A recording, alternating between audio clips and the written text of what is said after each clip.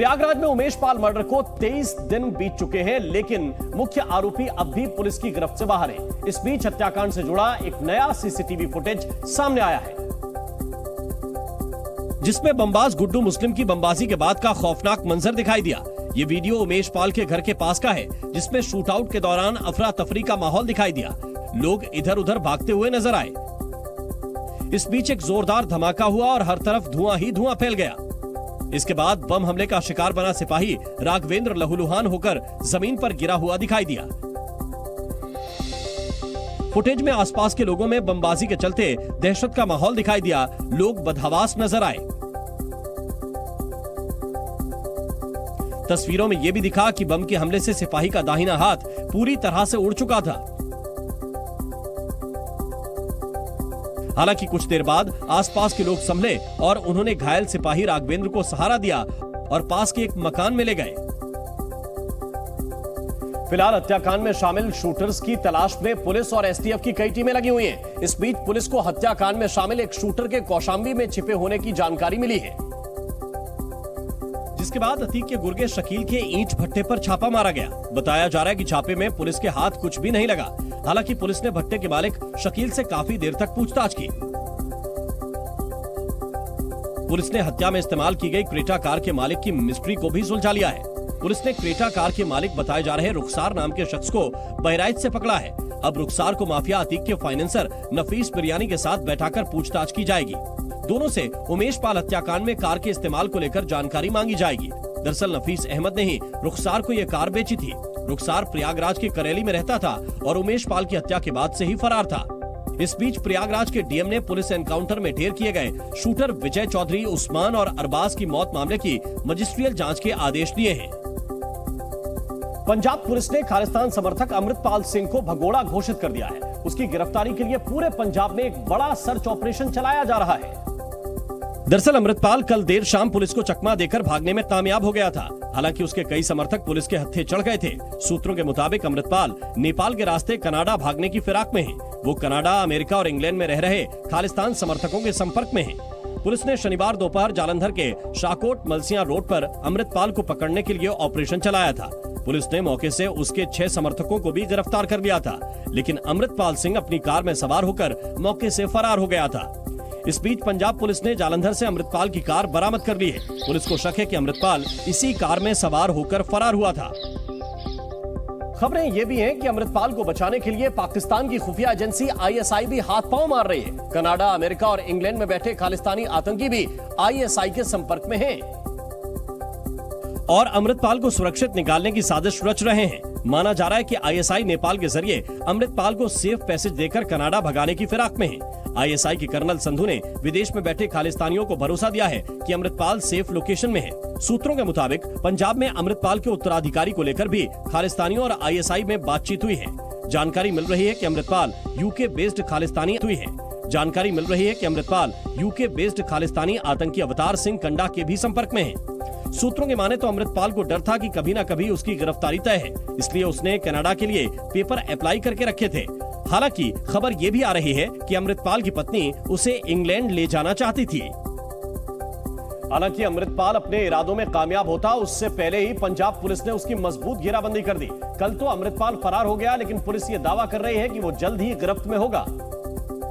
Police ये भी मान रही है कि अमृतपाल के आईएसआई से संबंध है। इसकी तस्दीक जालंधर रेंज के डीआईजी स्वप्न शर्मा ने की। पाकिस्तान के नाल भी लिंक है, इन्हां दे पाकिस्तान नाल लिंक था।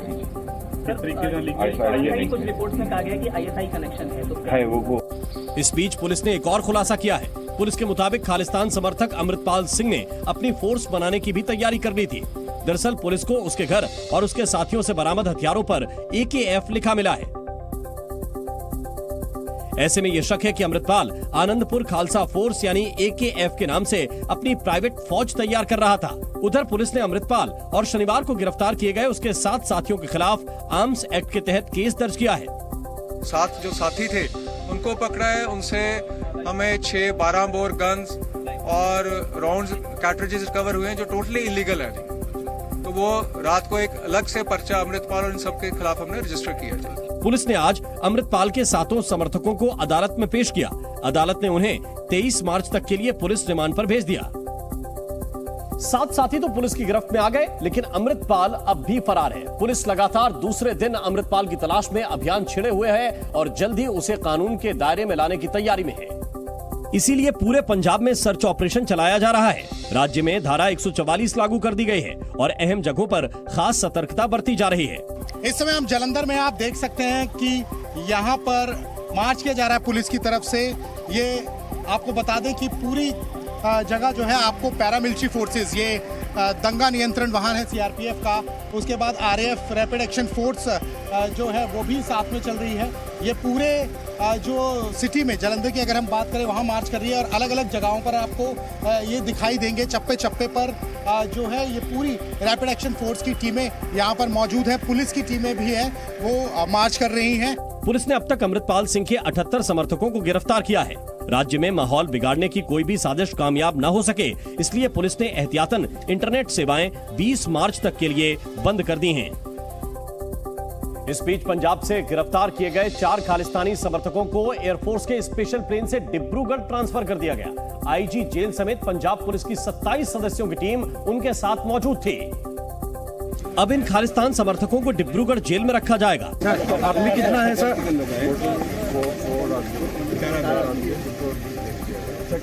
कौन कौन है ये लोग बताइए? उनके नाम आपको अलग से मिलेगा। ये कहाँ रखे जाएंगे?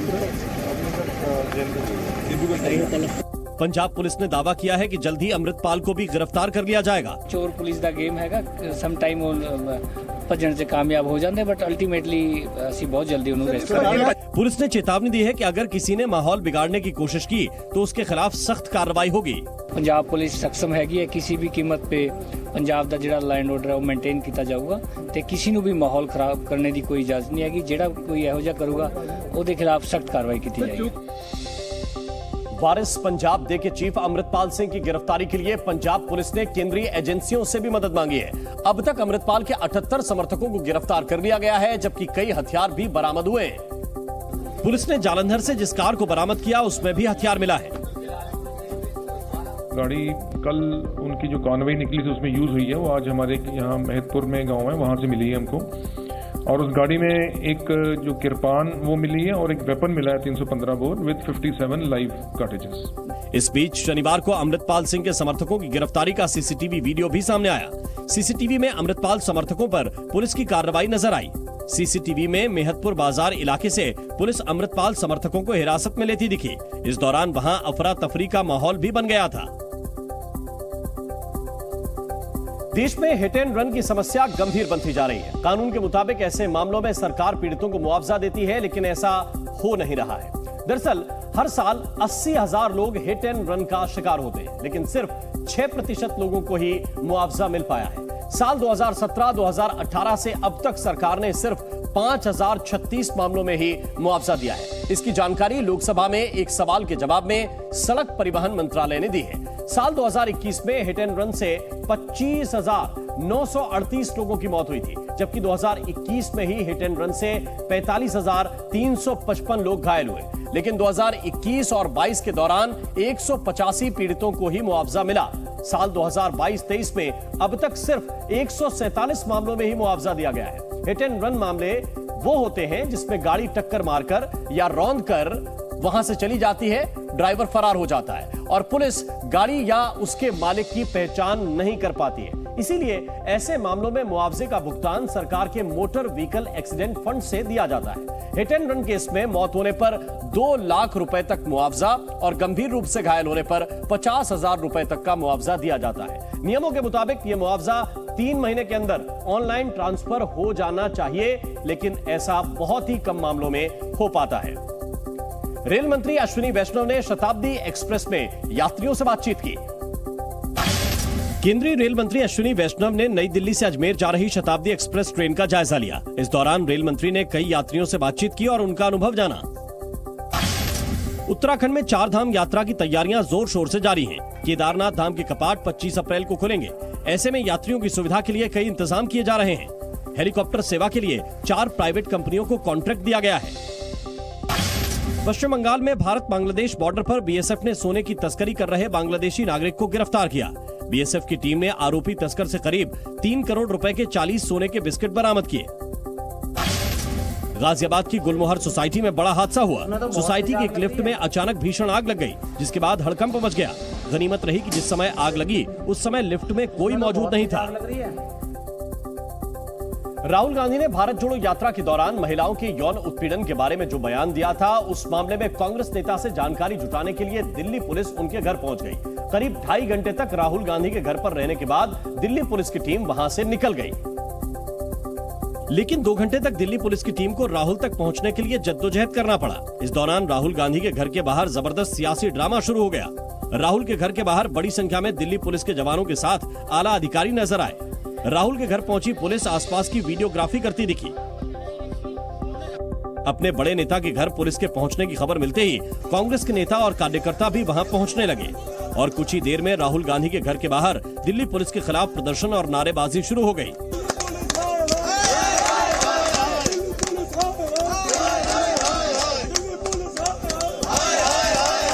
जाहिर है कुछ ही देर में माहौल गर्म हो गया। हालांकि एहतियात बरतते हुए दिल्ली पुलिस ने कुछ प्रदर्शनकारियों को हिरासत में ले लिया।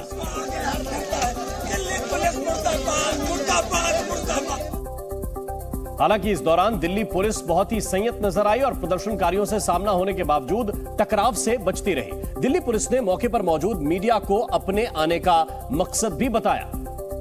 दिल्ली पुलिस की तरफ से कहा गया कि दिल्ली से गुजरी भारत जोड़ो यात्रा के दौरान राहुल ने महिलाओं के शोषण के बारे में कुछ गंभीर बातें कही थीं। उसने ये बात कही थी कि उनको यात्रा के दौरान बहुत सारी महिलाएं मिली थी जो रो रही थी और उन्होंने बताया कि उनके साथ बलात्कार। इसलिए पीड़ितों को जल्द इंसाफ दिलाने के मकसद से राहुल को नोटिस भेजकर पूरी जानकारी देने को पहले ही कई बार कहा गया। लेकिन जब राहुल ने दिल्ली पुलिस को कोई जानकारी नहीं दी तो पुलिस राहुल से जानकारी जुटाने वहां पहुंची। दिल्ली पुलिस ने 15 तारीख को कोशिश की थी, उसमें हमें सफलता नहीं मिली थी, तो 16 तारीख को भी नोटिस दिया गया था। आज भी हम कोशिश कर रहे हैं कि हमें जानकारी मिले ताकि जल्दी से जल्दी कानूनी प्रक्रिया शुरू हो सके। साफ है दिल्ली पुलिस ने राहुल के घर पहुंचने और उनसे पूछताछ की कोशिश को नेक नियत बताने की कोशिश की। दिल्ली पुलिस ने दावा किया कि वो पीड़ितों को इंसाफ दिलाना चाहती है, जिसके लिए राहुल गांधी से जानकारी लेना जरूरी है। लेकिन कांग्रेस के बड़े नेता के घर दिल्ली पुलिस का इस तरह पहुंचना कांग्रेस के ही नेताओं को रास नहीं आया और कांग्रेस ने केंद्र सरकार पर दिल्ली पुलिस के जरिए डराने धमकाने की कोशिश करने का आरोप मढ़ा। इस हलचल के बीच कांग्रेस के प्रवक्ता राहुल के घर पहुंचे तो उन्हें अंदर जाने से रोक दिया गया। पुलिस कहाँ डराती है? पुलिस के पीछे जो सरकार बैठी होती है वो कोशिश कर रही होती है डराने की। हम क्या डर जाएंगे इनसे? पवन खेड़ा ने केंद्र सरकार पर जो आरोप लगाए, राजस्थान के मुख्यमंत्री अशोक गहलोत उससे एक कदम आगे निकल गए। बिना अमित शाह जी के, बिना गृह मंत्रालय के आदेश के संभव नहीं है कि पुलिस इतना साहस कर सके। और आरोप लगाने में जो रही सही कसर थी उसे कांग्रेस के मीडिया प्रभारी जयराम रमेश ने पूरा कर दिया।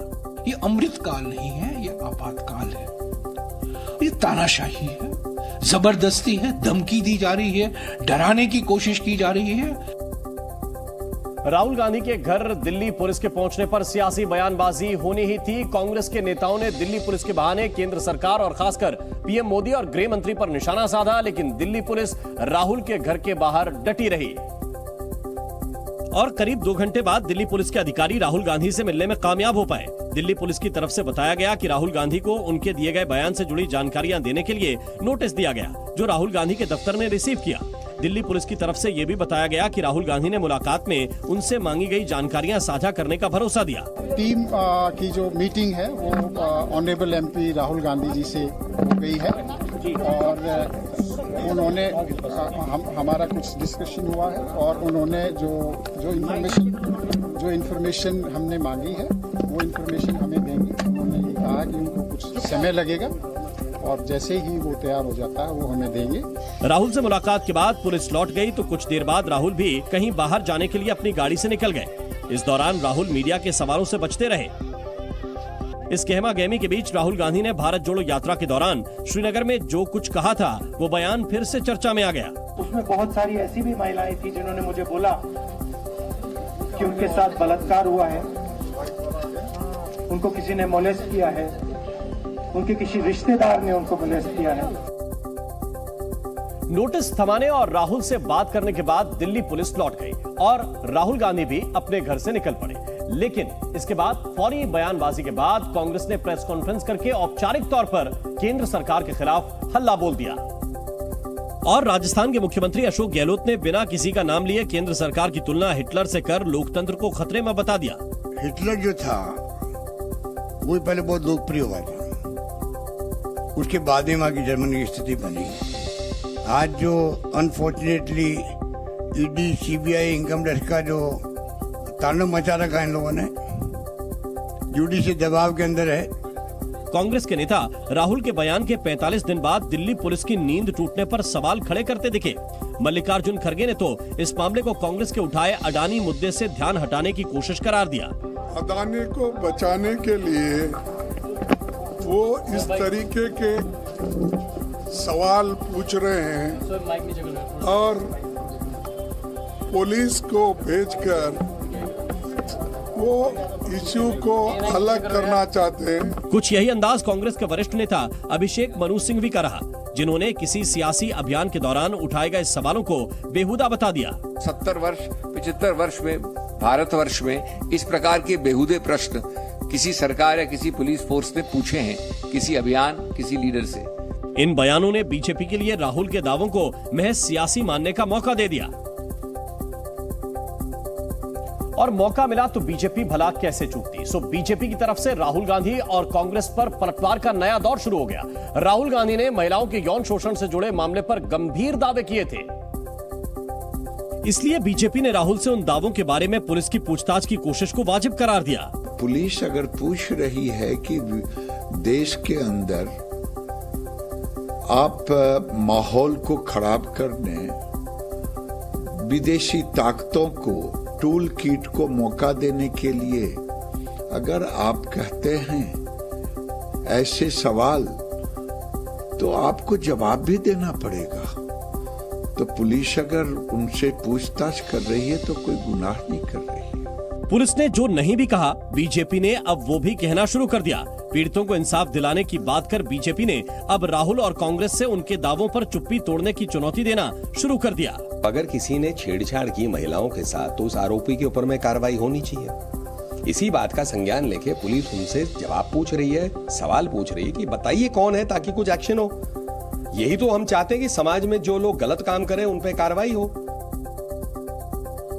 बीते दिनों कैम्ब्रिज यूनिवर्सिटी में राहुल गांधी के दिए बयान पर सियासी घमासान थमने का नाम नहीं ले रहा है। बताया गया कि एक दिन पहले G20 अध्यक्षता पर विदेश मंत्रालय की सलाहकार समिति की बैठक में भी ये मुद्दा उठा, जिसे राहुल गांधी की मौजूदगी में सत्ता पक्ष के एक सांसद ने उठाया। तो राहुल गांधी ने इस पर सफाई दी।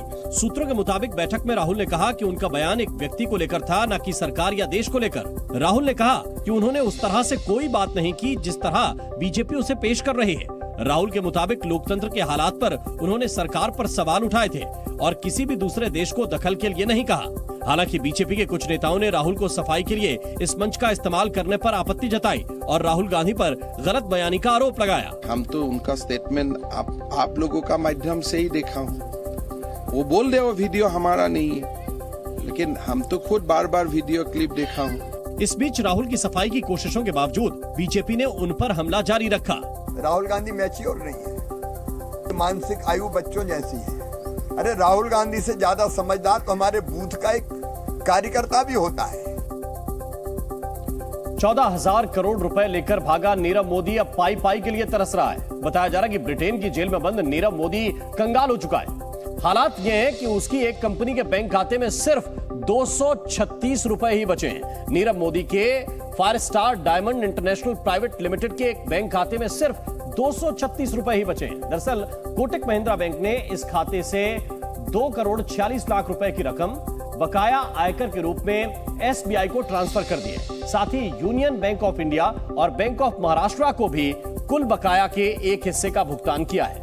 इन पेमेंट्स के बाद कंपनी के खाते में सिर्फ 236 रुपए ही रह गए हैं। बताया जा रहा है कि नीरव को करीब 1 करोड़ 47 लाख रुपए का जुर्माना भरने के लिए भी पैसे उधार लेने पड़े थे। गुजरात में कोरोना के बढ़ते मामलों को देखते हुए ऑक्सीजन प्लांट्स का निरीक्षण किया जा रहा है। कोरोना और H3N2 वायरस की स्थिति को ध्यान में रखते हुए स्वास्थ्य विभाग एक्शन मोड में आ गया है। ऑक्सीजन सप्लाई सुनिश्चित करने के लिए ऑक्सीजन प्लांट्स का निरीक्षण किया जा रहा है। वहीं सूरत के अस्पतालों में खास आइसोलेशन वार्ड तैयार है।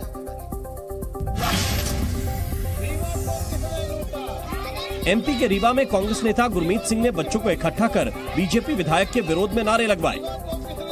वीडियो सामने आने के बाद बाल आयोग ने कलेक्टर को कार्रवाई के निर्देश दिए हैं।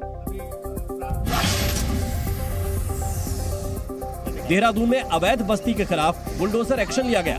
प्राधिकरण ने नहर के किनारे अतिक्रमण कर बनाए गए करीब 600 अवैध मकान तोड़े।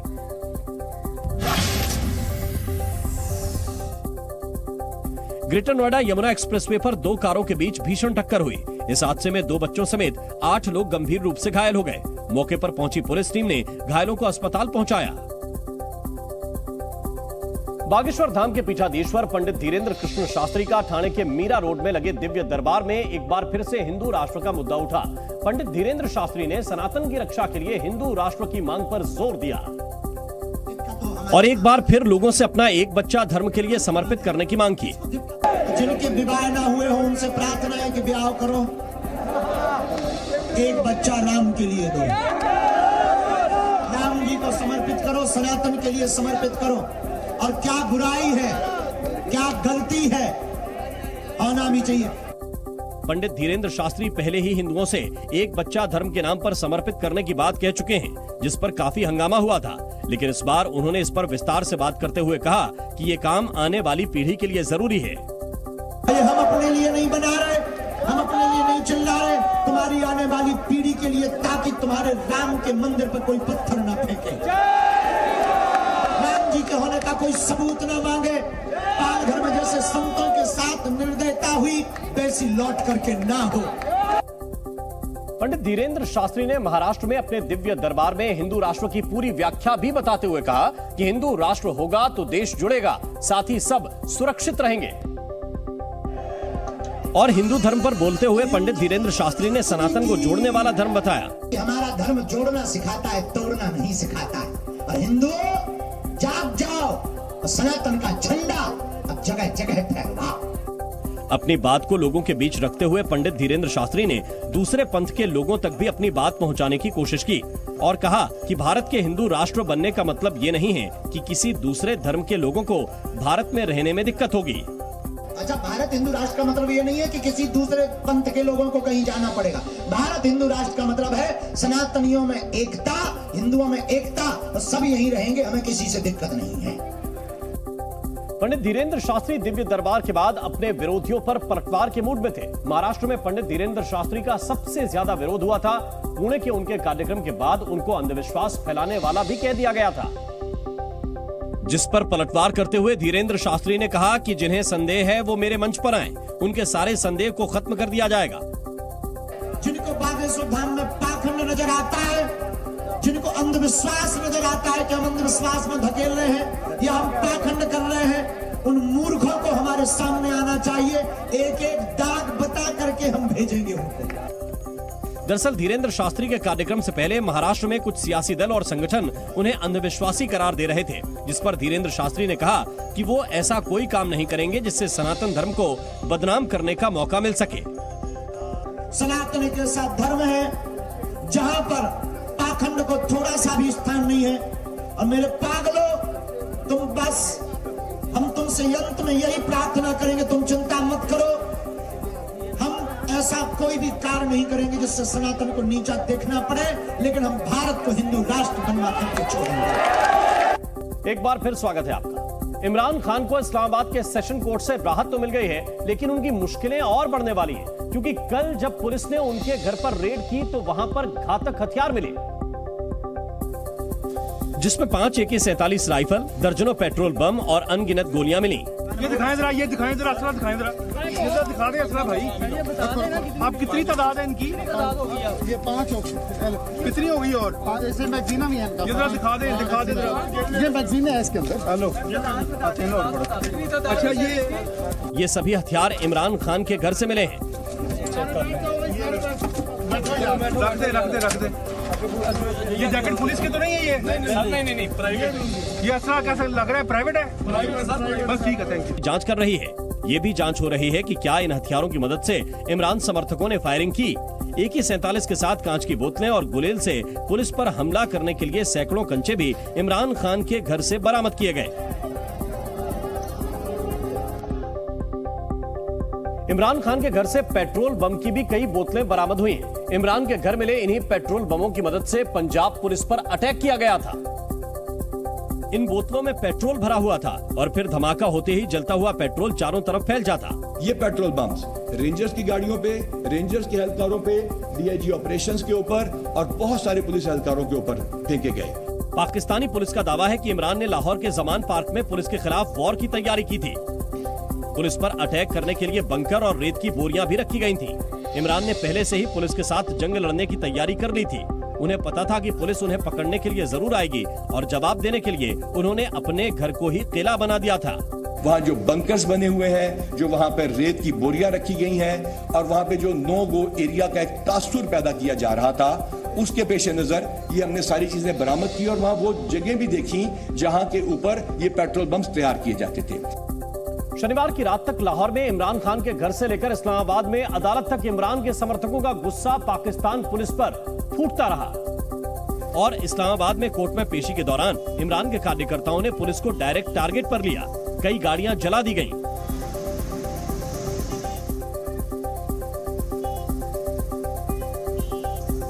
शनिवार को जब इमरान खान का काफिला इस्लामाबाद कोर्ट पहुंचा तो पुलिस के साथ इमरान समर्थकों की झड़प शुरू हो गई। पुलिस लगातार टीयर गैस फायर कर रही थी, पर इमरान खान की कार को सैकड़ों लोगों ने घेर लिया। ये गोलियां हमारे ऊपर चला रहे हैं, इंतहाई जहनत तकलीफ दी और मैं अदलिया को कह रहा हूँ कि खुदा को मानो, इस मुल्क में इंसाफ का निजाम कायम करो। पाकिस्तान पुलिस के खिलाफ इमरान के समर्थकों का गुस्सा इतना ज्यादा था कि उन्होंने पुलिस की खाली गाड़ियों को भी नहीं बख्शा और मौका मिलते ही हमला कर दिया। ऐसे ही हमले का एक वीडियो इस्लामाबाद पुलिस ने अपने ट्विटर हैंडल पर शेयर किया, जहां पुलिस की एक गाड़ी पर इमरान के समर्थकों ने हमला कर दिया।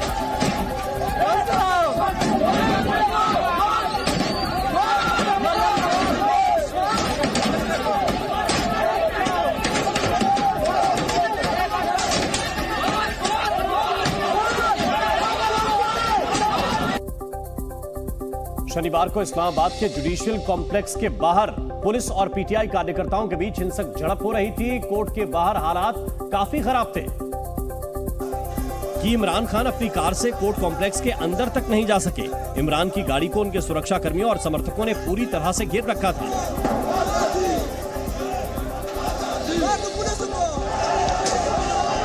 आंसू गैस और पथराव के बीच से होते हुए इमरान की गाड़ी किसी तरह कोर्ट के पास पहुंची, लेकिन इमरान के समर्थकों को रोकने के लिए पुलिस ने कोर्ट के गेट के सामने बड़े बड़े कंटेनर से रास्ता ब्लॉक कर रखा था। कोर्ट के बाहर हो रही हिंसा की वजह से इमरान खान ने अपनी कार से ही कोर्ट में हाजिरी लगाने की अपील की, जिसे कोर्ट ने कबूल कर लिया। इसके बाद जज ने इमरान के खिलाफ गिरफ्तारी वारंट को भी रद्द कर दिया और सुनवाई 30 मार्च तक के लिए टाल दी। जज ने इस्लामाबाद कोर्ट में पेशी के बाद इमरान खान को वापस लाहौर जाने की अनुमति दे दी। इस्लामाबाद से जब इमरान खान वापस लाहौर आए तो उनका ऐसे स्वागत किया गया मानो वो कोई जंग जीत कर आए हों। अब कोर्ट ने इमरान खान को भले ही राहत दे दी हो, लेकिन घर से बरामद AK-47 राइफलों के बाद उनकी मुश्किल और बढ़ सकती है। सत्ता पर काबिज नवाज शरीफ की पार्टी PML नवाज ने इमरान की पार्टी PTI को आतंकी संगठन करार दिया है। दुनिया भर में लाखों लोगों की मौत की वजह बने कोरोना वायरस आखिर किस देश से और कैसे फैला, इसे लेकर बहस जारी है। लेकिन इस बीच कोरोना वायरस के सोर्स को लेकर चीन के वैज्ञानिकों ने चौंकाने वाला दावा किया है, जिसके मुताबिक अंतरराष्ट्रीय विशेषज्ञों की एक टीम ने यह पाया है कि कोरोना वायरस चमगादड़ से नहीं फैला है। इस टीम के 3 वैज्ञानिकों के हवाले से बताया गया कि चीन में कोरोना वायरस रैकून कुत्तों से फैला है, जो चीन में पाले जाते हैं। ये फर के लिए पाले जाते हैं और इन रैकून कुत्तों का मांस बेचा भी जाता है। बताया गया कि चीन के वुहान शहर के हुनान सी फूड मार्केट में रैकून कुत्तों के सैंपल में कोरोना वायरस की रिपोर्ट पॉजिटिव आई। इस रिपोर्ट के मुताबिक कोरोना फैलने के बाद मार्केट से हटाए गए जानवरों के पिंजड़े, फर्श, दीवार, गाड़ियों और सॉविंग से सैंपल लिए गए थे, जिसके आंकड़े हाल ही में चीन के CDC ने अपलोड किए थे। हालांकि WHO ने चीन पर डेटा छिपाने, देर से शेयर करने और पूरी तरह पब्लिक नहीं करने के आरोप लगाए। चूंकि रैकून कुत्ते कोरोना वायरस को फैलाने में सक्षम मिले, इसलिए अब इससे जुड़े जेनेटिक डेटा पर ध्यान दिया जा रहा है। हालांकि चीन ने रिसर्च को सार्वजनिक करने के बावजूद डेटा एनालिसिस शेयर नहीं किया है। तुर्की के बाद अब दक्षिणी अमेरिकी देश इक्वाडोर भी भूकंप के एक के बाद एक 5 झटकों से दहल उठा है। अब तक 15 से ज्यादा लोगों की मौत हो चुकी है, 400 से ज्यादा लोग घायल हुए हैं। और इक्वाडोर में आए भूकंप की तीव्रता रिक्टर स्केल पर 6.8 थी, जो 6 फरवरी में तुर्की में आए भूकंप की तीव्रता से सिर्फ 1 नंबर ही नीचे है। राहत की बात यह है कि नुकसान उतना बड़ा नहीं हुआ है जितना तुर्की में हुआ था। इक्वाडोर में भूकंप की वजह से कई मकान मलबों में तब्दील हो गए। मकानों के गिरने से कई लोग मलबे के अंदर फंस गए। क्रेन और बुलडोजर की मदद से मकानों के मलबे को हटाने का काम जारी है। इक्वाडोर में माचला और क्वेनेका जैसे शहरों में सबसे ज्यादा नुकसान हुआ है। इक्वाडोर में 50 से ज्यादा रिहायशी मकान पूरी तरह तबाह हो गए हैं, जबकि 90 को नुकसान पहुंचा है। 30 अस्पताल और 50 स्कूलों को भी नुकसान पहुंचा है। भूकंप का केंद्र इक्वाडोर के दूसरे सबसे बड़े शहर ग्वायाकिल से करीब 80 किलोमीटर दूर दक्षिण में प्रशांत तट से कुछ दूरी पर केंद्रित था। सोशल मीडिया पर भूकंप के कुछ वीडियो भी सामने आए हैं। उनमें से एक वीडियो एक सुपरमार्केट का है। भूकंप के वक्त वहां मौजूद लोग दहशत में भागने लगे। सामान रैक्स से नीचे गिरने लगा।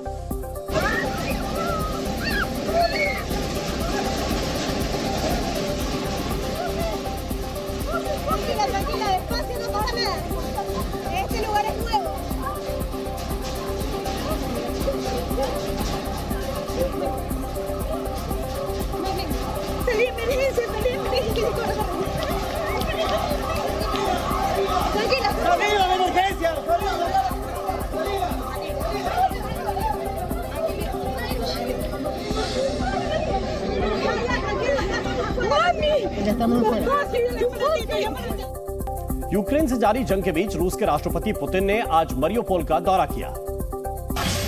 रूस के राष्ट्रपति पुतिन ने रूसी कब्जे वाले मरियोपोल शहर का दौरा किया। पुतिन ने मरियोपोल की सड़कों पर खुद गाड़ी चलाई और शहर में जारी निर्माण कार्यों का जायजा लिया।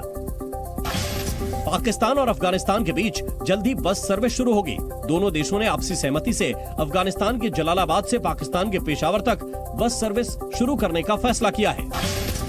उत्तर कोरिया के मिसाइल परीक्षणों के बीच अमेरिका और दक्षिण कोरिया का संयुक्त युद्धाभ्यास जारी है। बीते दिन इस युद्धाभ्यास में अमेरिका के B-1B बॉम्बर एयरक्राफ्ट शामिल हुए। थाईलैंड में भारी बारिश और ओलावृष्टि ने तबाही मचा दी है। थाईलैंड के चियांग माई शहर में करीब 20 मिनट तक ओले गिरे, जिसके कारण कई घरों को नुकसान पहुंचा। उत्तर प्रदेश के मुख्यमंत्री योगी आदित्यनाथ 1 महीने के बाद एक बार फिर अयोध्या पहुंचे, जहां उन्होंने कई विकास कार्यों का जायजा लिया और उनकी समीक्षा की। लेकिन अयोध्या के रामकथा पार्क हेलीपैड से सबसे पहले सीएम योगी आदित्यनाथ अयोध्या के हनुमानगढ़ी मंदिर पहुंचे और भगवान हनुमान का दर्शन किया।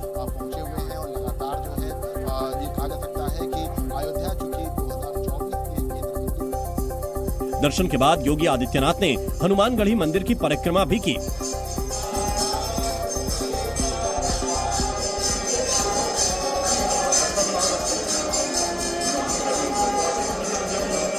अयोध्या में यह मान्यता रही है कि जो भी अयोध्या पहुंचता है सबसे पहले हनुमान जी के दर्शन करता है। सीएम योगी आदित्यनाथ भी इस मान्यता को हर बार पूरा करते हैं। हनुमानगढ़ी के दर्शन करने के बाद योगी आदित्यनाथ सीधे रामपथ का निरीक्षण करने पहुंचे, जहां योगी आदित्यनाथ ने अधिकारियों के साथ अयोध्या के विकास को लेकर चर्चा भी की और अपने सुझाव भी दिए।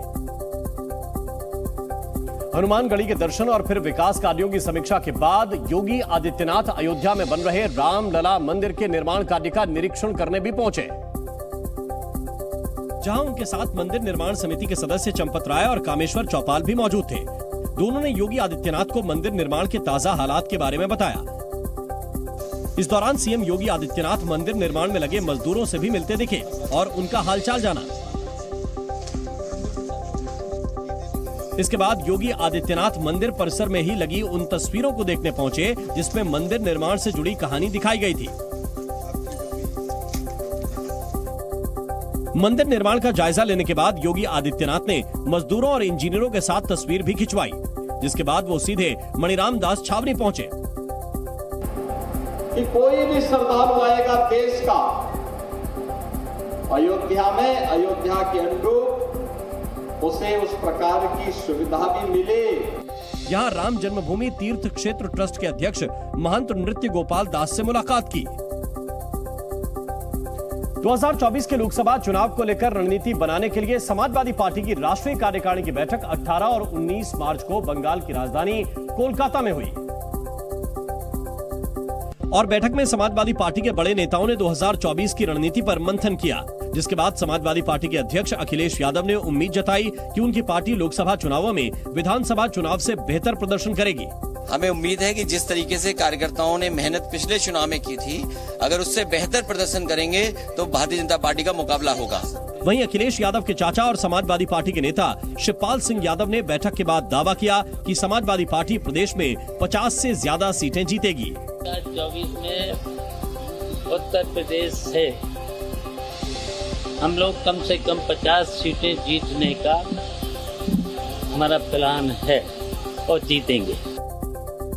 AIMIM अध्यक्ष असदुद्दीन ओवैसी 2 दिनों के सीमांचल दौरे पर हैं। इस दौरान उन्होंने पूर्णिया में आयोजित जनसभा में बिहार के मुख्यमंत्री नीतीश कुमार पर जमकर हमला बोला और उन्हें बीजेपी को मजबूत करने का जिम्मेदार ठहरा दिया। वो बिहार के मुख्यमंत्री तुम जरूर हो, मगर तारीख जब तुम्हारी तारीख लिखेगी तो और भी लिखेगा कि भारत में अगर बीजेपी को मजबूत करने वाले का नाम नीतीश कुमार के नाम से लिखा जाएगा। ओवैसी ने AIMIM को सिर्फ मुसलमानों की पार्टी कहने पर भी नीतीश पर पलटवार किया। अगर नीतीश कुमार ये समझते हैं कि मजलिस मुसलमानों की पार्टी है, नीतीश कुमार कभी अपने गिरबान में झांक कर भी आप देख लो कि आप कुर्मी और कुशवाहा से आगे नहीं बढ़ सकते। ओवैसी ने RJD पर धनबल के सहारे उनकी पार्टी के 4 विधायकों को खरीदने का आरोप लगाया। दरअसल सीमांचल के 4 जिलों किशनगंज, पूर्णिया, अररिया और कटिहार में 50% से अधिक मुस्लिम आबादी है। AIMIM ने 2020 के विधानसभा चुनाव में इस इलाके की 24 सीटों में से 5 पर जीत हासिल की थी और बाकी सीटों पर नतीजों को प्रभावित किया था। बाद में AIMIM के 4 विधायक RJD में शामिल हो गए थे। वहीं पिछले 24 घंटों में कोरोना के 526 नए मामले सामने आए हैं। भारत में एक बार फिर कोरोना ने रफ्तार पकड़ ली है। पिछले 24 घंटे में कोरोना के 526 नए मामले सामने आए हैं। वहीं 2 लोगों की मौत हो गई। देश में कुल एक्टिव मरीजों की संख्या 5,915 पहुंच गई है। लोकसभा स्पीकर ओम बिरला ने राजस्थान में अपने संसदीय क्षेत्र कोटा, बूंदी का दौरा किया। इस दौरान उन्होंने बरसात और ओलावृष्टि से फसलों को हुए नुकसान का जायजा लिया और किसानों को राहत राशि दिलाने का आश्वासन दिया। राजधानी दिल्ली में मौसम का मिजाज हर पल बदल रहा है। सुबह तेज धूप के बावजूद अब फिर कई इलाकों में तेज बारिश हो रही है। मौसम विभाग ने पहले ही बारिश का अलर्ट जारी कर दिया था। देश की राजधानी दिल्ली में एक लड़की को सरेआम मारपीट कर कार में जबरन ले जाने का वीडियो सामने आया, जिसके बाद राजधानी की कानून व्यवस्था पर फिर से सवाल खड़े हो गए। ये वीडियो दिल्ली के मंगोलपुरी इलाके का बताया गया, जिसमें एक लड़का एक लड़की को जबरन पकड़कर टैक्सी के पिछले दरवाजे से धक्का देता नजर आया। लड़के ने लड़की को जोर से धक्का देकर न केवल कार में ढकेल दिया, बल्कि इसके बाद वो उसे घूंसे से मारता भी नजर आया।